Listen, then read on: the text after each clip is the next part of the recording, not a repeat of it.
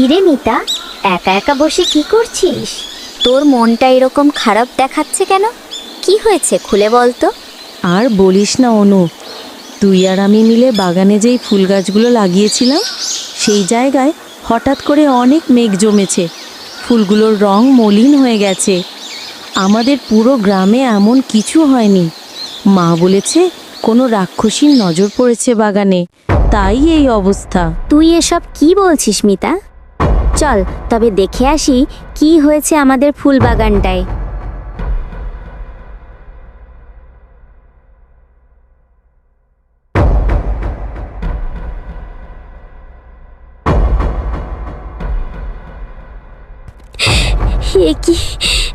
এ কি দেখছি আমি? মিতা, এটা কি হয়ে গেল? আমাদের এত সুন্দর বাগানটার এই কি হয়ে গেল মিতা? সব ফুলগুলো এমন রং হারিয়ে ফেললো কেন? এখন আমি কিভাবে ঠিক করব এই বাগানটাকে? হায় খোদা, এই কি হয়ে গেল? এত সুন্দর বাগানটা কিভাবে রং হারিয়ে ফেললো? কার নজর পড়লো আমার এই সুন্দর বাগানটায়? এই অনু, কাঁদিস না তুই। দেখ এই বাগানটা আবার কেমন সুন্দর হয়ে উঠেছে। দেখ, মেঘ কেটে গেছে। এটা কিভাবে সম্ভব হলো?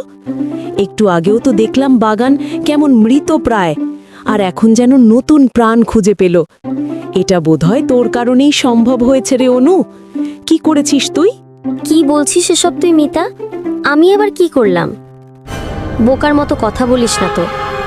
এই বাগানটা কিভাবে ঠিক হলো জানি না আমি, তবে তুই এরকম অদ্ভুত কথা বলিস না। আমি কিছুই করিনি, হয়তো এমনি এমনি ঠিক হয়ে গেছে। দেখলি না কেমন বাতাস হলো? বাতাসেই হয়তো ঠিক হয়ে গেছে। এখন বাসায় যা তাহলে।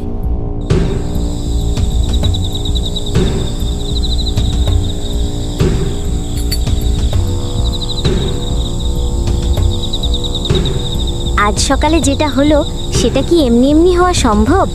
এক ঝলকেই কেমন মলিন বাগানটা সুন্দর হয়ে উঠল।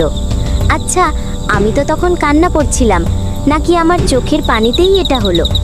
ধুর, আমিও নাকি ভাবছি এসব, কিন্তু বাগানটা এমনি এমনি কিভাবে ঠিক হয়ে গেল? আরে, কার যেন একটা কান্নার আওয়াজ পাওয়া যাচ্ছে না? আওয়াজটা তো বাইরে থেকে আসছে। দেখি তো কি হলো।